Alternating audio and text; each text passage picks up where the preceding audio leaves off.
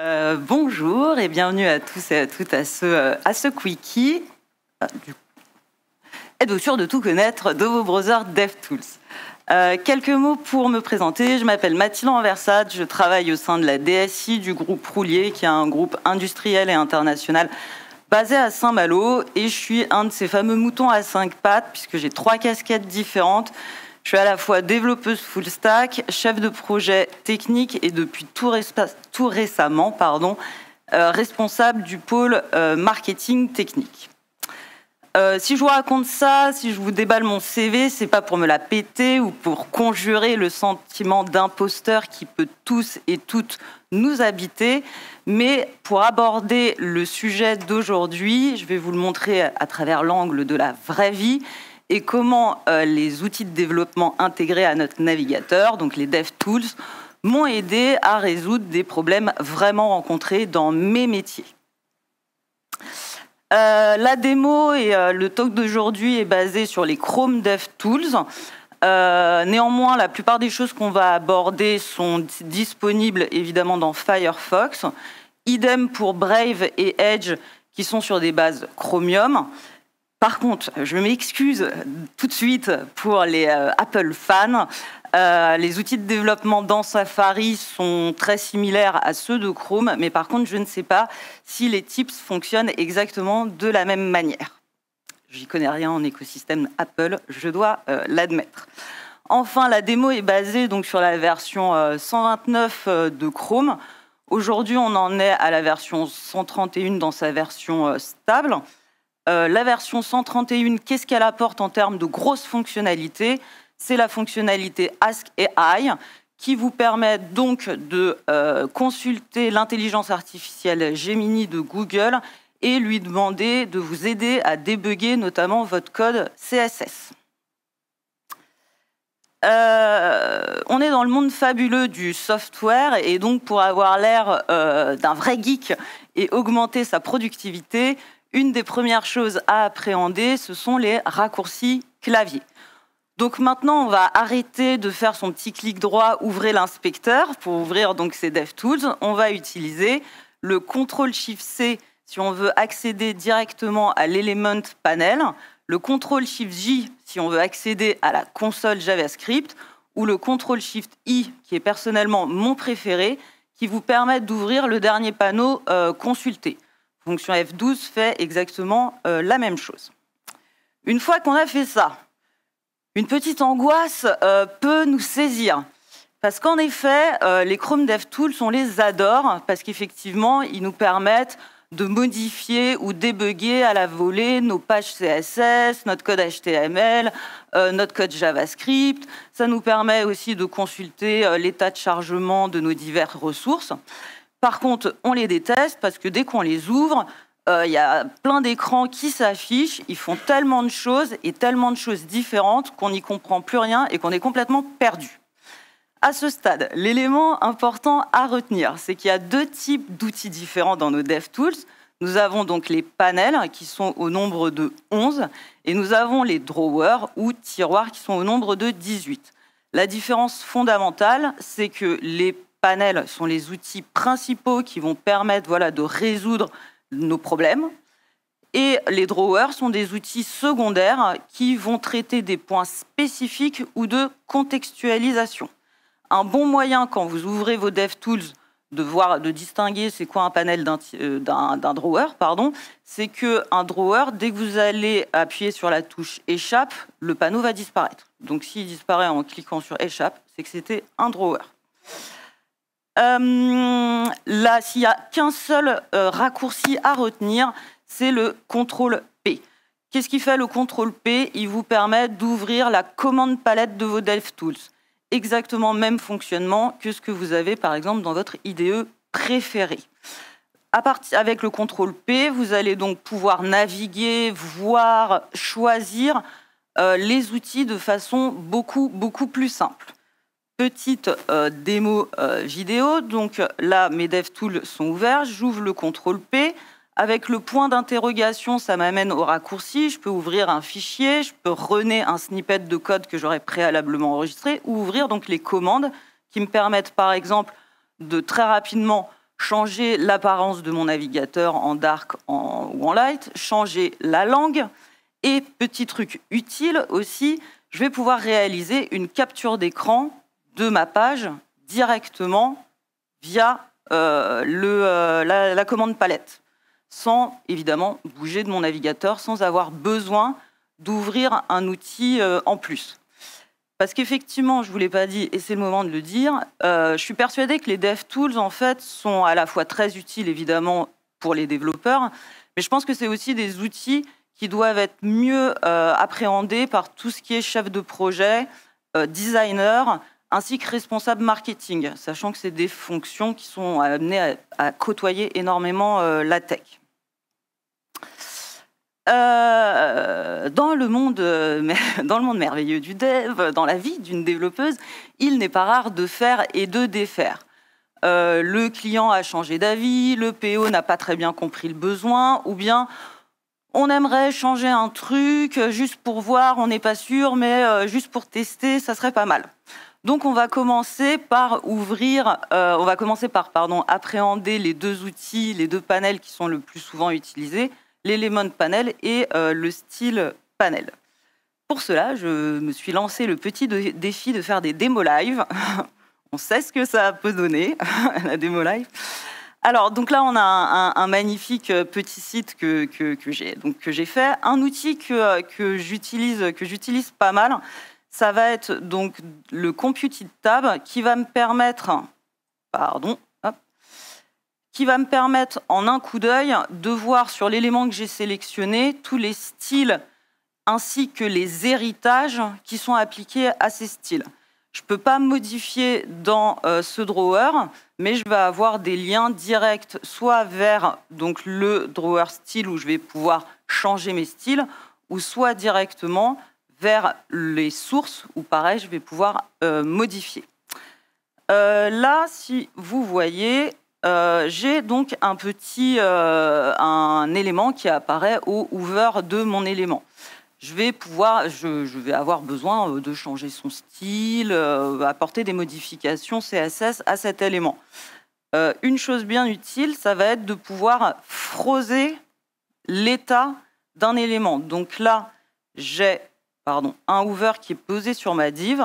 Je vais pouvoir forcer son état et donc faire en sorte que le hover soit continu et donc du coup, à partir de là, débugger ou modifier visuellement le style de cet élément qui sinon n'apparaît pas.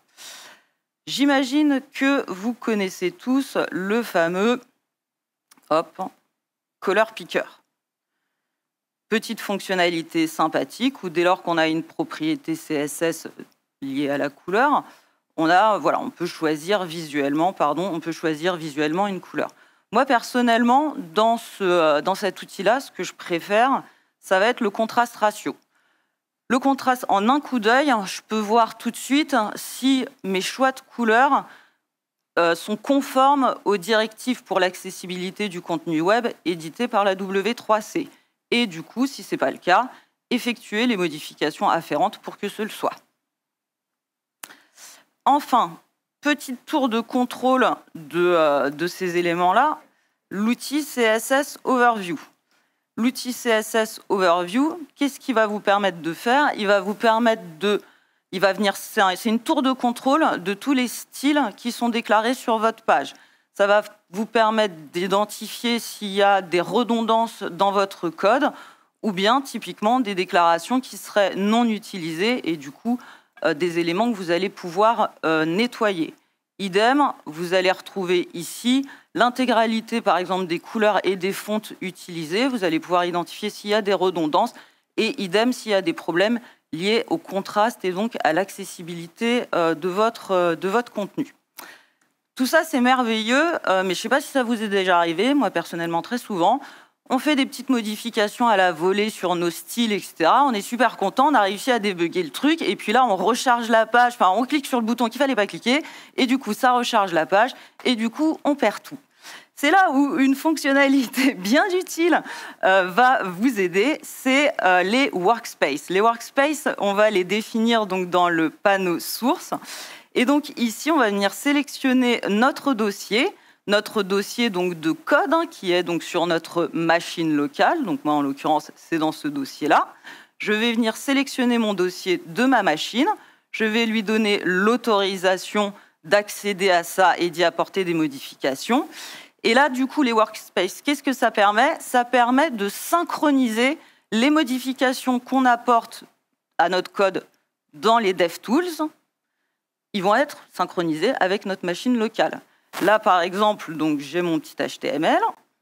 Je vais rajouter un H2 directement dans mes DevTools. Salut à toutes. Je n'oublie pas le petit CTRL S pour enregistrer. Et donc, si j'ouvre mon fichier de code en local, je vois que ça s'est synchronisé automatiquement. Là où c'est encore mieux, où la magie opère encore plus, c'est sur le CSS. Sur le CSS, donc là, je vais faire l'inverse. Je vais vous modifier de mon local. Donc, imaginons que, je ne sais pas, je vais changer la couleur de mon texte. Donc, je vais le faire passer en bleu. J'enregistre. Et là, c'est bien bleu, oui, tout à fait. Et donc, et voilà. OK, voilà. Et là, sans avoir eu besoin d'actualiser quoi que ce soit, sans avoir besoin d'un outil externe, type Webpack, etc., toutes les modifications apportées sur mon code source en local, sur mon CSS, vont être tout de suite display dans mon navigateur. Passons maintenant à des petites problématiques plus back-end. Ce magnifique site que vous voyez dépend d'une API externe qui est donc Swappy. On peut recharger donc dans le panneau Network, je vais voir donc les différentes sources qui sont chargées par mon site. Et donc là, on voit ma petite API Swappy.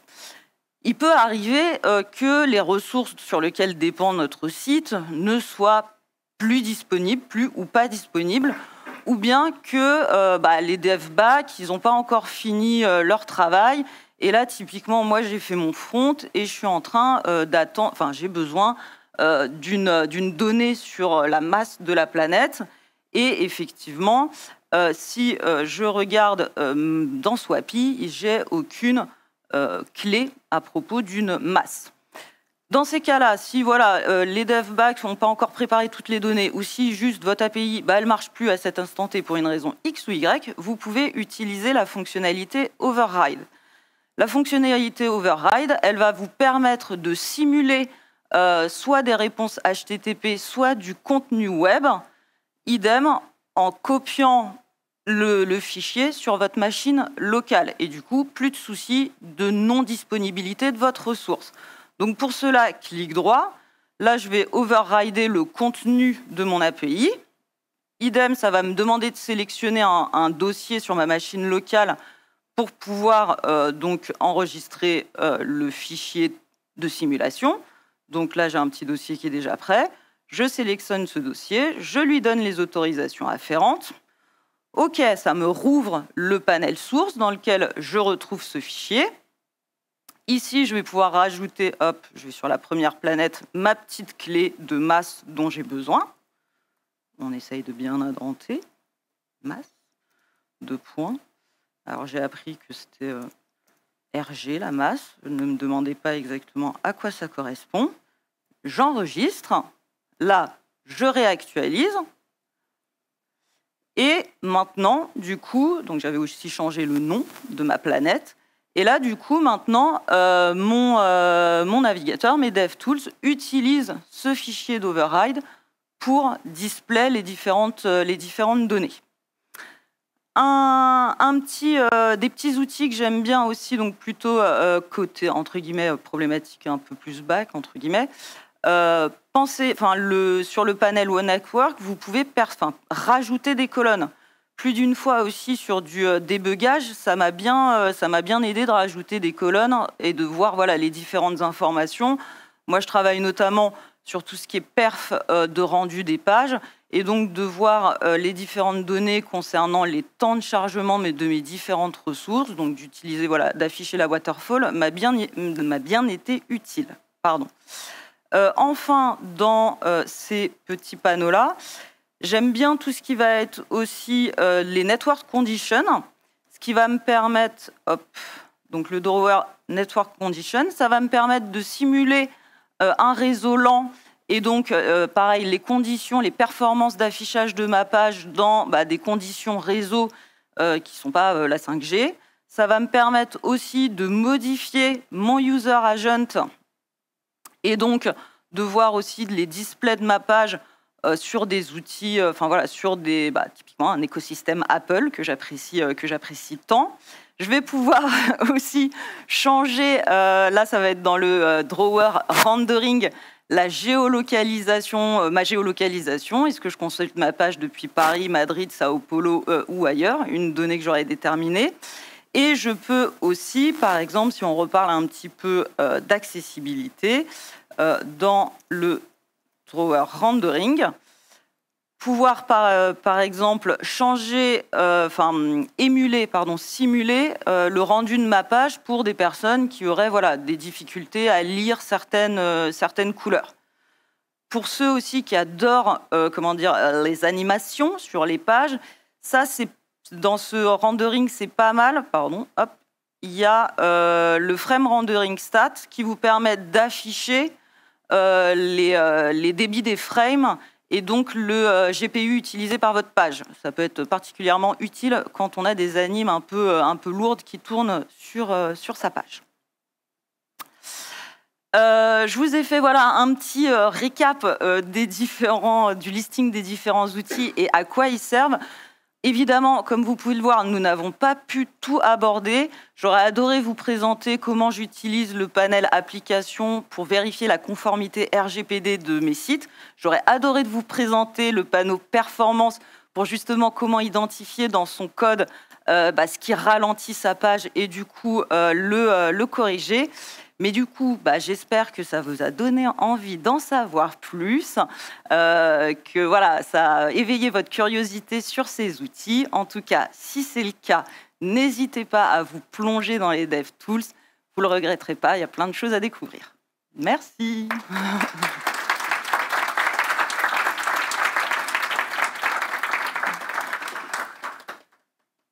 Il reste même du temps pour les questions.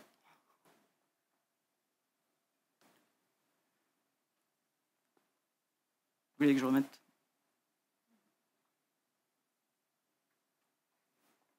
Pas de questions, c'est fabuleux. Est-ce que vous avez appris des choses? C'est bon, c'était ma mission principale. On a le temps pour une ou deux questions. Après, si on a d'autres, vous pourrez les poser à la sortie de la conf. Sinon, je suis disponible toute la journée. C'est quoi l'outil que vous utilisez? Moi, j'ai des questions pour vous. C'est quoi l'outil que vous utilisez le plus? Enfin, le panel que vous utilisez le plus?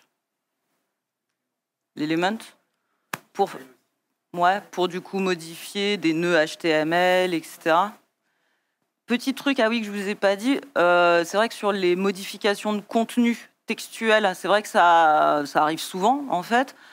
Plutôt que de naviguer dans le contenu, dans les nœuds HTML et changer donc dans le panel Element, n'hésitez pas à aller dans votre console et utiliser document.designMode égale on. Vous voulez que je vous le montre rapidement? Je vous le montre rapidement. Alors attendez, j'enlève ça, on en profite. Donc je vais dans ma console. J'ai envie de changer des éléments textuels parce que ça arrive souvent à la volée. Typiquement, le chef de projet demande un truc, on lui change vite fait, on lui envoie la capture d'écran. Donc document design mode. Si je le tape pas en entier, non, toujours pas, je le refais. Document.design, je vais l'écrire en entier, comme ça je prends pas de risque. Vous le passez sur on, parce que par défaut, il est en off. Hop. Et là, du coup, tout élément textuel de votre page, vous pouvez l'éditer. C'est tout élément textuel. Salut les geeks. Maintenant que vous savez ça, maintenant que vous savez ça, ne croyez plus jamais les infos entrepreneurs, business coach qui vous montrent des captures d'écran de compte PayPal à 4 millions d'euros parce que vous aussi, demain, vous pouvez être riche. Ça marche avec votre compte bancaire, etc. Le site internet de votre banque, vous pouvez devenir riche. Donc ne croyez plus jamais une capture d'écran qui vous montre j'ai 400 000 euros sur mon compte, je suis refait, je suis un entrepreneur à succès. Merci Mathilde. On va pouvoir applaudir à nouveau. Merci à vous.